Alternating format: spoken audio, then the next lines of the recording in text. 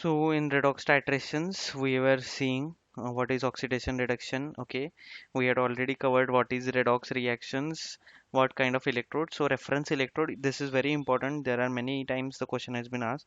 So in redox titration, we use standard hydrogen electrode or standard calomel electrode as a reference electrode. What are redox indicators and which indicators we use? Okay, then we also saw the Nernst equation that is applicable here. Okay, types of indicators in your what you can say redox titrations. Okay, self indicator, external indicator. Okay, internal or redox indicators. Then we saw a few examples of indicators, potentiometric methods for endpoint detection, then oxidizing agents, reducing agents. Okay, and their examples. So this is what we saw related to redox titrations in the yesterday session.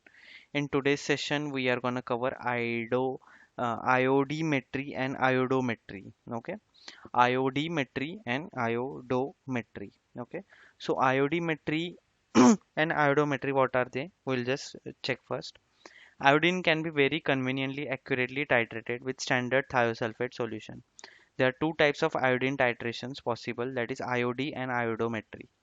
First, iodimetry, standard iodine solution is used in iodimetry, and in iodometry, the liberated iodine during chemical reaction is titrated. Okay, so there are two different types of titrations in this iod and related to iodine, that is iod and iodo. Iodine may we use standard iodine solution, and iodo we use the liberated iodine. Okay, and how we are using iodine as a standard, or how we are considering iodine in titration, because it can be conveniently and accurately titrated with standard thiosulfate solution. So iodine can be considered as a secondary standard, and your thiosulfate solution as a primary standard. So if we can conveniently accurately count the iodine, so we use it in the titration. So this is the only point we are going to discuss about iodo and iodimetry. Okay, there is much not to discuss here, as in your syllabus also I don't think this point is mentioned. Just for your information, I have make sure not to miss anything about titration, so I have mentioned this point.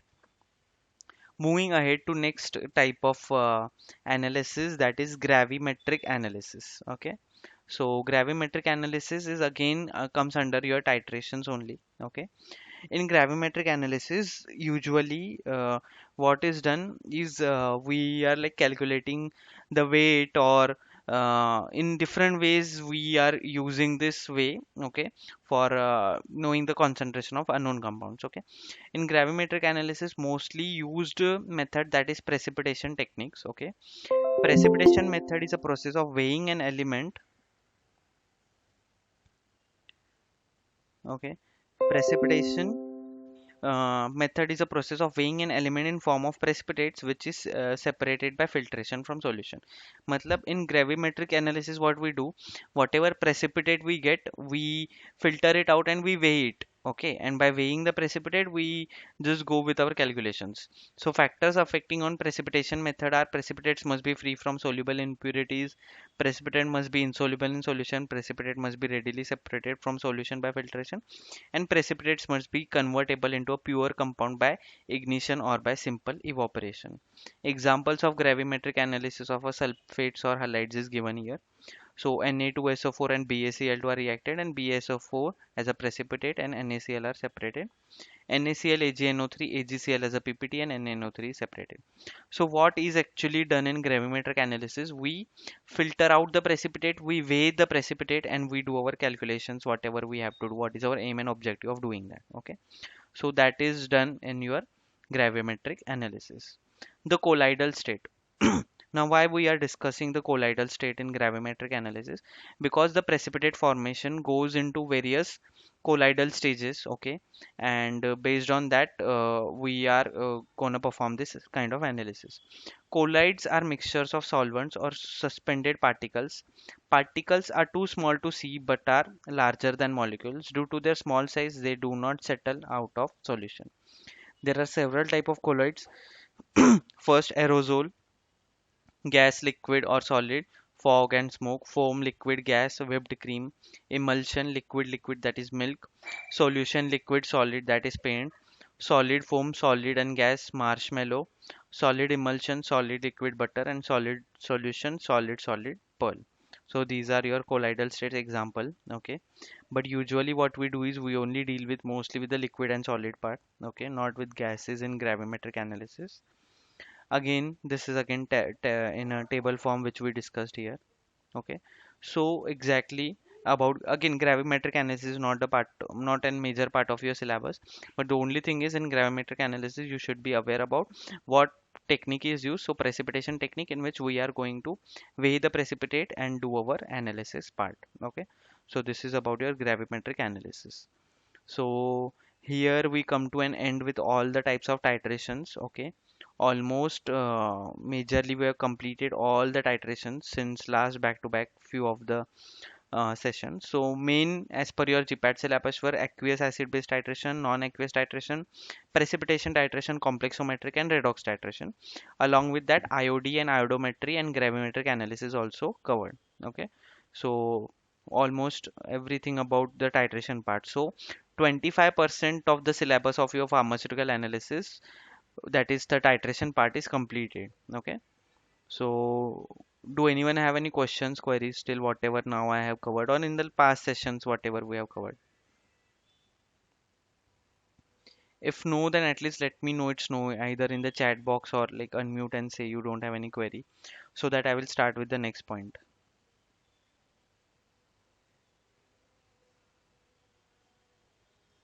Hello, am I audible? Sheetal, Aniket, Avinash, Neha, Pooja and Suraj. Yes, Sir, I'm Okay, okay, no any queries by Aniket. Good, thank you. Fine, then we'll move ahead to the next point.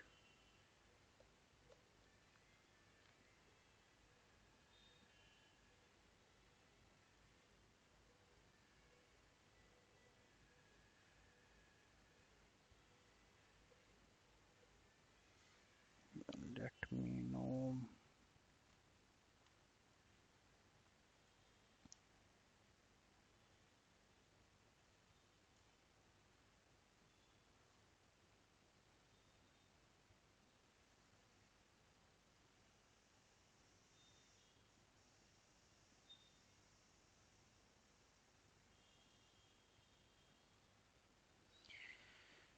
Screen visible? Yes, sir. Okay. So moving ahead, we would be now going with the next point, that is heterocyclic compounds, which is a part of your organic chemistry.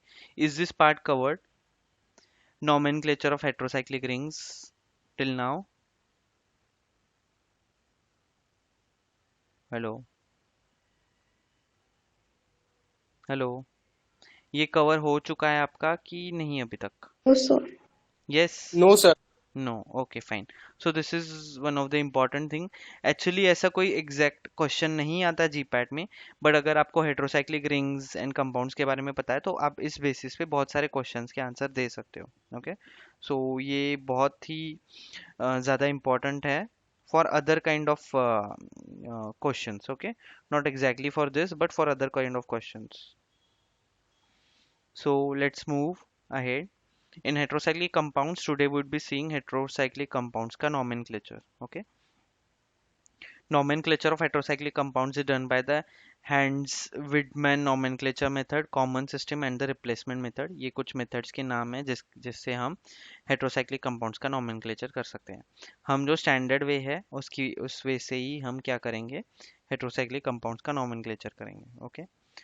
Moving ahead, types of heteroatoms. Okay, और उनमें use किए जाने वाले prefixes जो हैं उसके हम मैंने यहाँ पे एक टेबल बना दी है. ठीक है, अब जैसे कि आप देखोगे ऑक्सीजन के लिए आप हेट्रोसाइकिल में अगर ऑक्सीजन है तो आप प्रीफिक्स यूज करोगे ओ एक्स ए, ऑक्सा. ओके, नाइट्रोजन के लिए अजा, सल्फर के लिए थाया.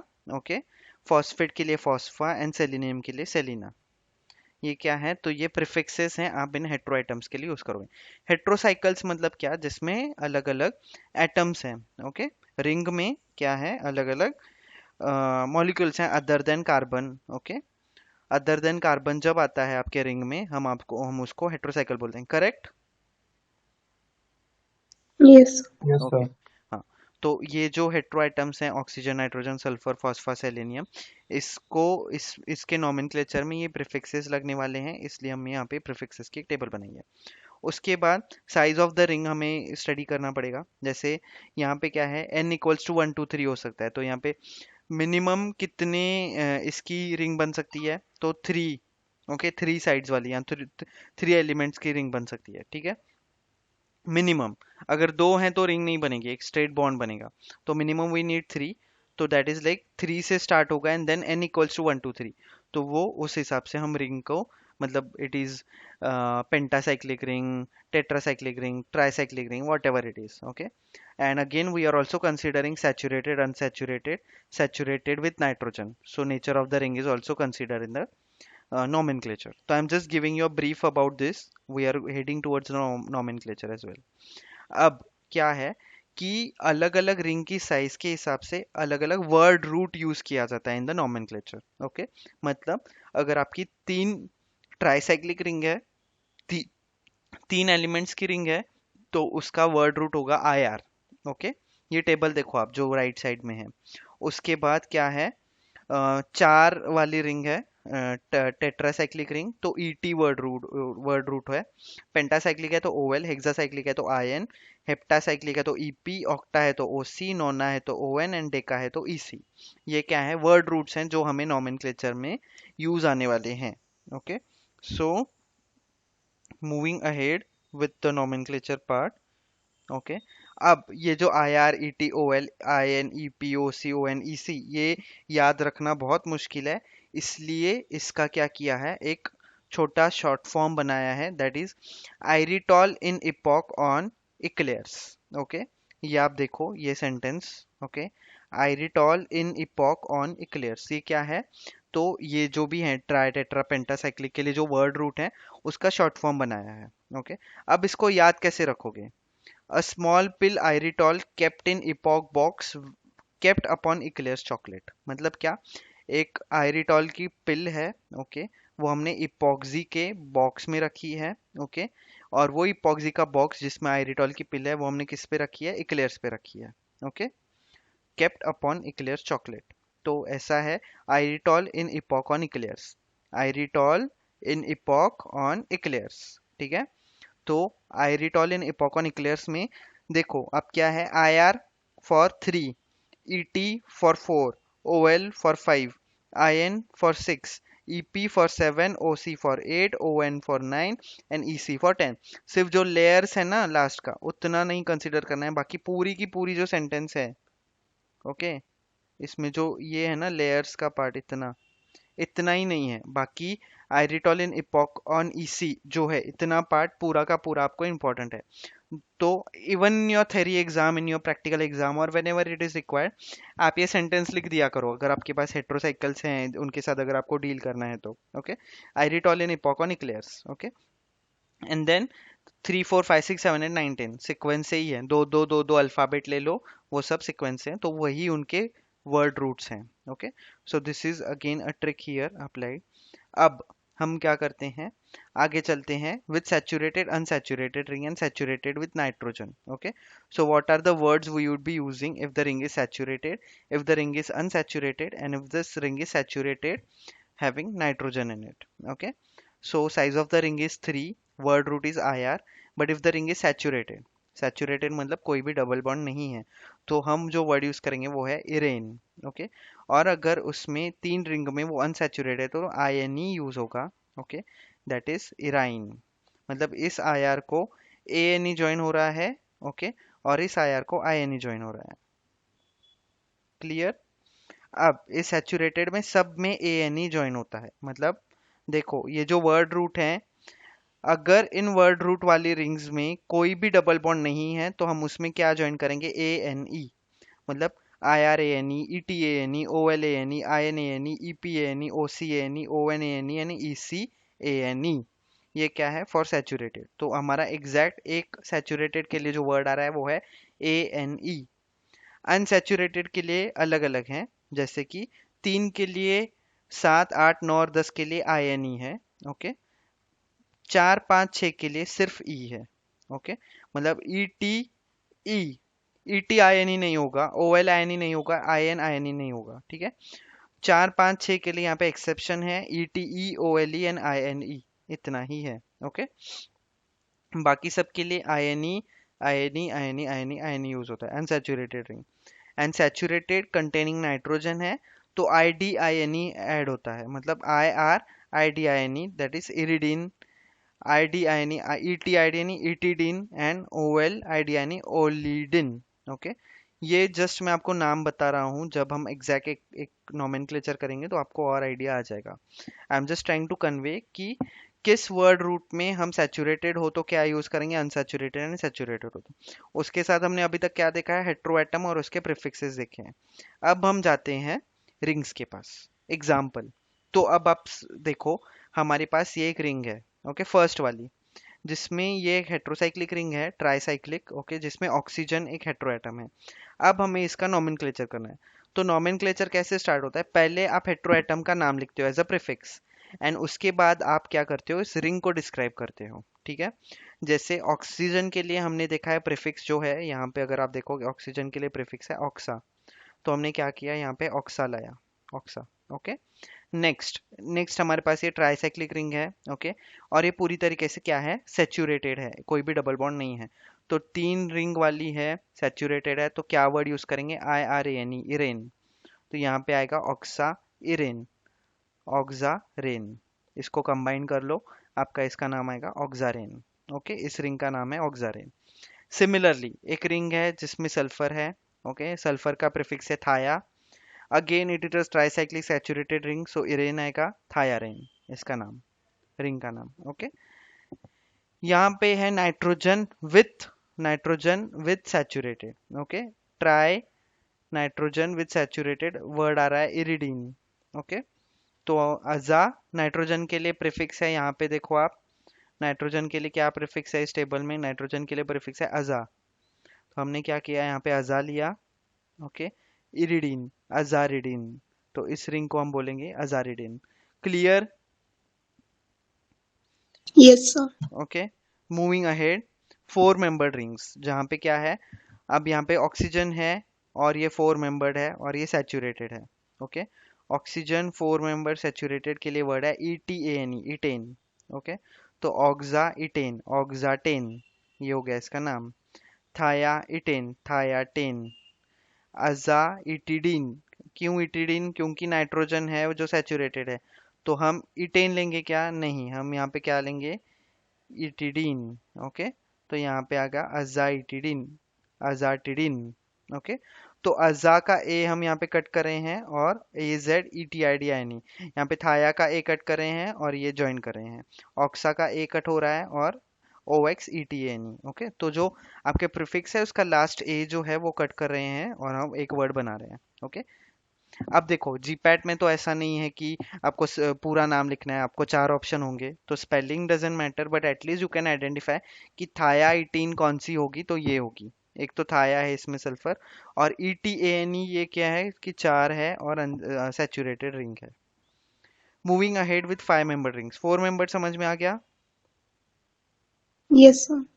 Moving ahead 5 member rings, okay, 5 member rings, first है oxa, oxa and then saturated 5 member ring का है ओलेन, तो हमारा रिंग का नाम हो गया ऑक्सालेन। थायाओलेन, थायोलेन, अजा ओलिडीन, अजा क्या क्या है यहाँ पे, वो नाइट्रोजन है इसलिए ओलिडीन ये वाला। ओके, तो यहाँ पे आएगा आपका अजोलिडीन। ओके, ये है आपकी अजोलिडीन रिंग, ये आयुपैक नॉमेनक्लेचर है आपके। Okay, moving ahead 6 member ring अजा इनेन। अब यहाँ पे 6 मेंबर के लिए क्या है, 6 मेंबर के लिए भले नाइट्रोजन हो सैचुरेटेड हो कुछ भी हो, यहाँ पे कुछ भी नहीं है, ये स्पेसिफाइड नहीं है, मतलब हम ये वाला यूज करेंगे, कौन सा वाला, जो सैचुरेटेड के लिए वो। ओके, तो 6 मेंबर है, नाइट्रोजन है भले सैचुरेटेड हो, बट ये स्पेसिफाइड नहीं है इसलिए हम इनेन यूज करेंगे, तो यहाँ पे आएगा azinane, azanane. Okay, this is your pyridine ring, जिसका हमने आयुपेक नोमेनक्लेचर क्या है, अजा प्लस आयनी, आयनी कहाँ से लाया, okay, pyridine is unsaturated ring. Okay, यहाँ पे डबल बॉन्ड्स है, तो यहाँ पे हम क्या करेंगे, six member double bond ring जो है उसका है INE, ये हम लेंगे। Okay, six member double bond ring with containing nitrogen अजा INE अजाइन, तो इस रिंग का नाम हो गया पाइरिडिन का अजाइन। अब यहाँ पे क्या है, चेन भी अटैच्ड है आपके हेट्रोसाइकिल को, क्या है, चेन अटैच्ड है। तो आपका जो भी चेन वाला एलिमेंट है ना, हम उसको पहले लिखेंगे एंड देन आपके रिंग का नाम, ठीक है। जैसे अभी हमने क्या कर रहे थे, पहले हेट्रो आइटम का नाम लिख रहे थे, अब यहाँ पे चेन भी इन्वॉल्व है। तो यहाँ पे जैसे यहाँ पे फर्स्ट इसमें देखो 1 2 3, ओके, क्या है, प्रोपिल चेन है। तो प्रोपिल चेन कहाँ पे अटैच्ड है, सेकेंड पोजिशन पे। नंबरिंग कैसे होगा रिंग का, ऑक्सीजन जहाँ पे है वो 1 2 3, ओके। तो 2 प्रोपिल ऑक्सारेन, ये क्या है, 2 प्रोपिल ऑक्सारेन। अब ये स्ट्रक्चर देखो, 2 ब्रोमो 4 इथिल थायोलेन, मतलब हमने नंबरिंग की है 1 2 3 4, ओके। सेकेंड पोजीशन पे bromo, 2 bromo 4 ethyl, ethyl ring है। थायोलेन, थायोलेन क्योंकि एस है, ये 5 मेंबर्ड रिंग है, okay. S 5 membered ring which is saturated, olane, so thiolane, okay.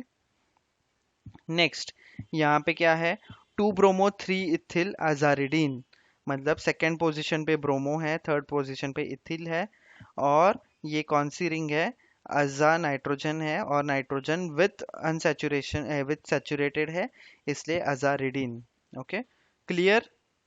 मैं आपको ये नॉमेनक्लेचर क्यों Yes, सिखा रहा sir. हूँ, क्योंकि आपके फार्मेसी में जो भी क्या बोलते हैं ड्रग्स हैं, उसमें ये सब हेट्रोसाइकल्स होती हैं, ठीक है। या जो भी कंपाउंड्स हैं, केमिकल कंपाउंड्स हैं वो, तो एटलीस्ट अगर आपके जीपैड एग्जाम में कोई भी स्ट्रक्चर आ रहा है, उसका नॉमेनक्लेचर पूछ रहे हैं, या आपको कुछ लिंक लगानी है कुछ उसमें, तो आपको एटलीस्ट पता होना चाहिए कि इन रिंग्स को नाम कैसे देते हैं। तो उस बेसिस पे you can study many drugs, drug का SAR, फार्माकोलॉजी जो भी है, ओके। सो ये चीज़ें मोस्टली आपके मेडिसिनल केमिस्ट्री में काम आती हैं, जब आपको ड्रग का स्ट्रक्चर एग्जैक्टली पता हो, ओके, एंड उसमें जो भी हेट्रोसाइकल से इन्वॉल्व हैं वो। अब यहाँ पे क्या है, यहाँ पे कुछ रिंग्स हैं जिनमें पार्शियल अनसैचुरेशन दिख रहा है, मतलब थोड़ा सैचुरेटेड है, थोड़ा अनसैचुरेटेड है, okay, but still these are unsaturated, okay. हाँ, अब देखो ये कितनी मेंबर्ड रिंग है वो पहले काउंट करो, 1 2 3 4 5 6 7 8 9, this is a 9 membered ring which is partially unsaturated, okay. और अब इसके पार्शियल अनसैचुरेशन को हम क्या करेंगे, डिफाइन करेंगे कि पूरी तरीके से ये अनसैचुरेटेड नहीं है, कहाँ कहाँ ये सैचुरेटेड भी है। तो जहाँ जहाँ सैचुरेटेड है वहाँ वहाँ का हम नाम लिखेंगे। पहले तो हम इसमें नंबरिंग करेंगे, तो एन जहाँ पे है वो 1 होगा, 1 2 3 4 एंड 5। तो 4 एंड 5 जो है कार्बन, आपको मेरा कर्सर दिख रहा है, Yes. हाँ। तो 4 एंड 5 कार्बन क्या है, पूरी तरीके से सैचुरेटेड है। तो हमने क्या किया, 4 5 dihydro, okay, aza, and this is a 9 membered ring, so O9, so azonine, okay. 4 5 dihydro azonine इस रिंग का नाम हो गया। सिमिलरली यहाँ पे 1 2 3 4 5 6 7 8 मेंबर्ड रिंग है, ओके। 8 मेंबर्ड रिंग है, बट इसका 1 2 3, ये हो गया 1 oxygen, 2 3 4, okay. 2 3 4 position is fully saturated, तो हमने क्या किया, 2 3 4 ट्राईहाइड्रो ऑक्सो, ओके, या oxa, oxo, whatever it is, oxa आप कंसिडर करो, ऑक्सा, क्योंकि हम ऑक्सा ले रहे हैं, राइट, नॉट ऑक्सो, है ना, टेबल में ऑक्सा था ना, ऑक्सा है ना। तो यहाँ पे आ जाओ फिर से, oxa, and this is 8 membered, so OCINE ocine, so tri 2 3 4 trihydro oxocine इस रिंग का नाम हो गया, ठीक है।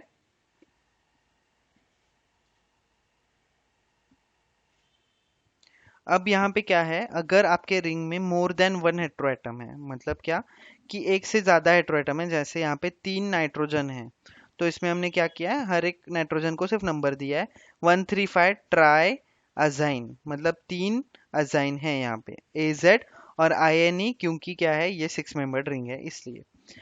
और अगर अलग अलग हैं, ठीक है, अलग अलग हेट्रोएटम्स है, जैसे ऑक्सीजन एंड सल्फर, तो यहाँ पे ना मैंने प्रायोरिटी लिस्ट दी है कि पहला किसको देंगे, उसके बाद नंबरिंग किसको देंगे, ऑक्सीजन, फिर सल्फर, फिर सेलेनियम, फिर नाइट्रोजन, फिर फास्फोरस, फिर कार्बन, फिर SI, फिर बी, ओके, ये आपका ऐसा होता है।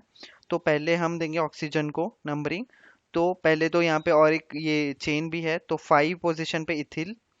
अब 5 पोजीशन इथिल को क्यों, क्योंकि ऑक्सीजन के बाद सल्फर को नंबरिंग देंगे और फिर ethyl. Okay, so oxygen 1, this is 2, this is 3, 4 and 5, 5 ethyl, 1 3 oxathioline, 1 position पे ऑक्सा, थर्ड पोजीशन पे thiolane, because this is a 5 member ring. Okay,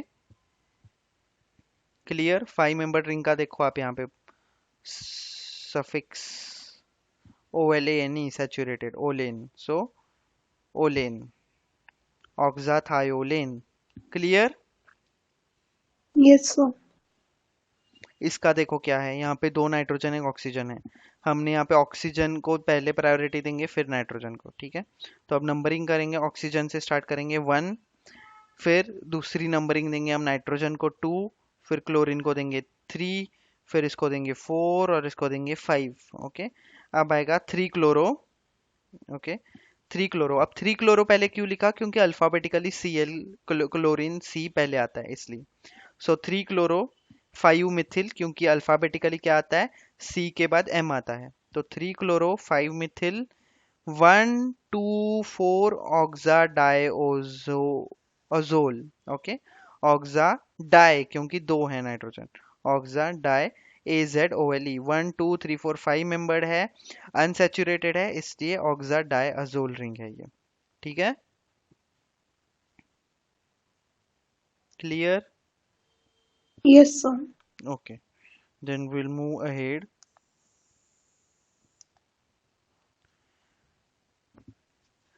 carbocyclic fused with heterocyclic system, heterocyclic fused with another heterocyclic system. मतलब क्या, अब हम ऐसे cycles देखेंगे, एक जो एक हेट्रोसाइक्लिक रिंग किसी और दूसरे कार्बोसाइक्लिक रिंग के साथ फ्यूज्ड है, और एक हेट्रोसाइक्लिक रिंग दूसरे हेट्रोसाइक्लिक रिंग के साथ फ्यूज्ड है, तब हम इसकी नॉमेनक्लेचर कैसे करेंगे। ओके, ये जो स्ट्रक्चर है ये बेंजीमिडाजोल का है, और ये जो स्ट्रक्चर है फिनोक्साजोल और पायराजोल, ये 2 रिंग्स का है।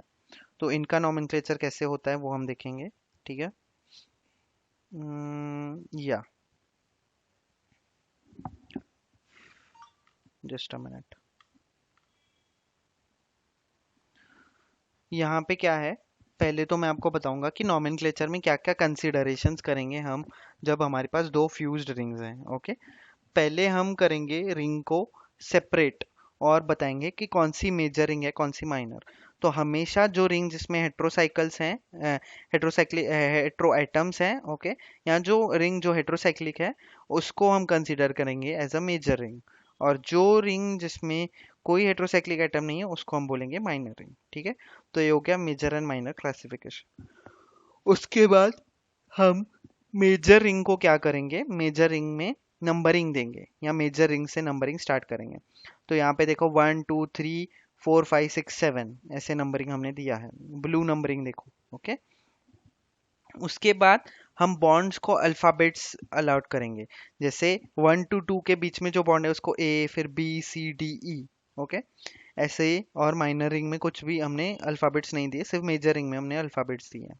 ओके, उसके बाद क्या करेंगे, हम इसका नॉमेनक्लेचर सीक्वेंस देखेंगे। तो रूल क्या है, नेम ऑफ सब्स्टिट्यूएंट रिंग मतलब minor ring plus number number letter plus name of base ring major ring. मतलब पहले हम क्या करेंगे, माइनर रिंग का नाम लिखेंगे, फिर किस नंबर पे या किस बॉन्ड से ये अटैच्ड है वो हम नंबर लिखेंगे, नंबर लेटर लिखेंगे, एंड उसके बाद हम लिखेंगे name of the base ring मतलब जो मेजर रिंग है उसका नाम। ओके, सो इसका नाम क्या हो रहा है, बेंजो, क्योंकि ये बेंजीन रिंग है। ओके, इसका आएगा बेंजो। अब यहाँ पे ब्रैकेट में हम लिखेंगे डी, क्योंकि ये 4 और 5 को हमने डी नाम दिया है इस बॉन्ड को। ओके, तो ये डी बॉन्ड से अटैच्ड है इसलिए डी। 1 3 डायजोल, अब इस रिंग का हम नाम लिखेंगे, तो यहाँ पे क्या है 1 3 diazole ring. Clear. Yes, sir. Okay, phenothiazine आपका ये एक ड्रग है। ओके, इसका नॉमेनक्लेचर देखो कैसा है, यहाँ पे 3 रिंग है, बीच वाली हेट्रोसाइक्लिक रिंग है। ओके, तो हमने नंबरिंग इसमें कहाँ से स्टार्ट की है, देखो सल्फर से 1 2 3 4 5 6 7, 1 2 3 4 5 6, एंड पूरी रिंग की ये नंबरिंग है। ठीक है, इसका नाम देखो आप 10H, 10th पोजिशन पे हाइड्रोजन है, डाई बेंजो, 2 बेंजो हैं, अब ब्रैकेट में हमने क्या है, बी और ई लिखा है, क्योंकि बी और ई पे, ये बी और ये ई पे ये अटैच्ड है। 1,4-thiazine, 1,4-thiazine। ओके, ये थोड़ा थोड़ा जैसे आप डिटेल में जाओगे या रिंग थोड़ी थोड़ी बड़ी करते जाओगे तो ये टफ होता जाता है। ओके, बट एटलीस्ट इतना तो पता होना चाहिए कि ये जो ब्रैकेट में हम अल्फाबेट लिखते हैं कहाँ से आते हैं। ओके, क्या है इसका मीनिंग, वो सब। अब जब एक हेट्रोसाइकिल दूसरे हेट्रोसाइकिल के साथ फ्यूज्ड होती है, मतलब दो फ्यूज हेट्रोसाइकिल्स, ओके, इसमें हम क्या करेंगे, उसमें भी कुछ रूल्स हैं। फर्स्ट रूल है, a heterocyclic ring containing the heteroatom occurring earliest in the order NOS, that is ring containing N preferred to be the rings, does not contain N or containing O or S। मतलब हम major और minor ring differentiate करेंगे। Okay, इनमें भी अब हम major minor कैसे करेंगे, जिस रिंग में नाइट्रोजन है वो हमेशा मेजर रिंग होगी, जिसमें नाइट्रोजन नहीं है वो माइनर रिंग होगी। ठीक है, क्लियर, ये एक रूल है।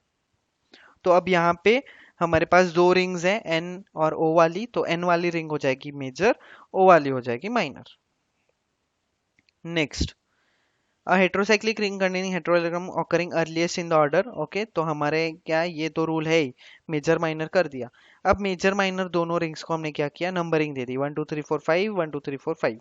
ओके, 1 2 3 4 5 6 नंबरिंग देंगे। उसके बाद क्या है, हमने मेजर रिंग को अल्फाबेट्स अलॉट किए, मतलब 1 टू 2 में ए, 2 टू 3 में बी, 3 टू 4 में सी, 4 टू 5 में डी, और 5 टू 1 में ई। Excuse me. उसके बाद हमने यहाँ पे जो भी नंबरिंग दी है ना, वो हम दोनों एंटी क्लॉकवाइज डायरेक्शन में, मतलब ऑपोजिट वे में दी है यहाँ पे। ठीक है, ये अपोजिट वे में दी जाती है मेजर और माइनर रिंग की नंबरिंग। मतलब मेजर रिंग की हमने 1 2 नीचे लिया है, माइनर रिंग का 1 2 ऊपर लिया है। ठीक है, clear. Yes, sir. Excuse me, I just need to have water, एक मिनट।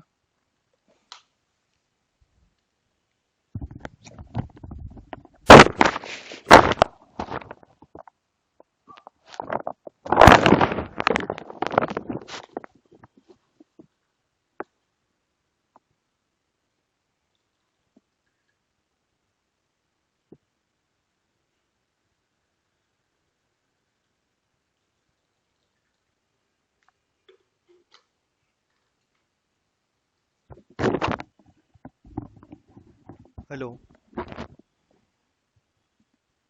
या सो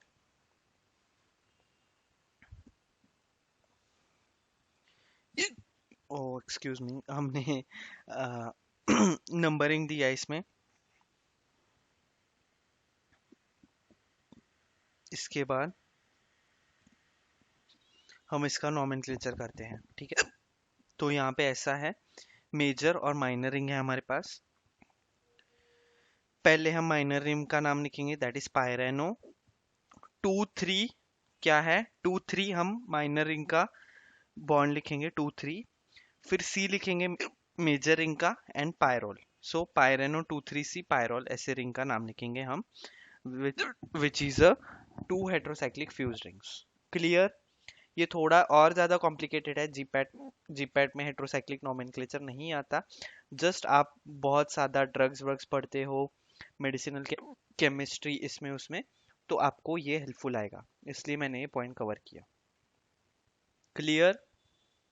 Yes, sir. Okay, we are not going much into the details further, we'll just move ahead with another point that we are going to cover today, that is Huckel's rule. Okay, Huckel's rule हो गया आपका।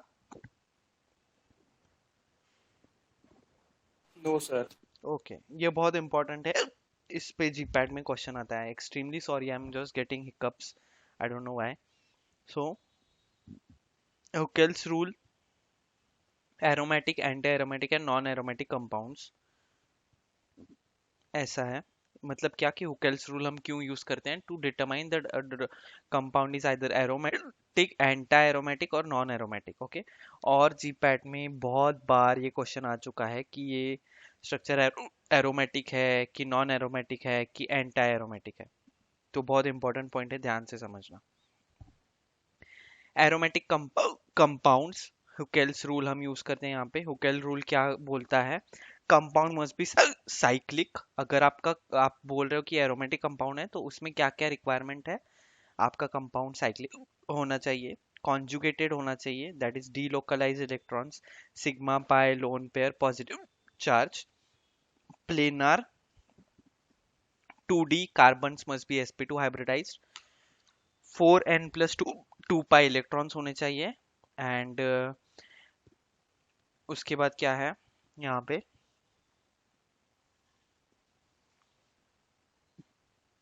Most stable होना चाहिए वो, ठीक है। So it's like compound must be cyclic, conjugated, planar, उसमें electrons 4n plus 2 pi electrons होने चाहिए, and next is it should be stable. ये रिक्वायरमेंट होते हैं, तब आप बोल सकते हो ये कंपाउंड एरोमेटिक है। Actually I think I need to stop here, क्योंकि क्या है कि मेरी आवाज़ की वजह से आपको डिस्टरबेंस हो रहा है। तो हम ये हुकेल्स रूल नेक्स्ट वाले सेशन में लेंगे, क्योंकि बहुत इंपॉर्टेंट है। Okay, it should not be taught in this way. I am getting hiccups, I don't know why. So अभी तक जितना कवर किया, is this clear to you guys? Hello. Yes, sir. Yes, sir. Okay, okay, fine then, we'll stop here. Thank you so much.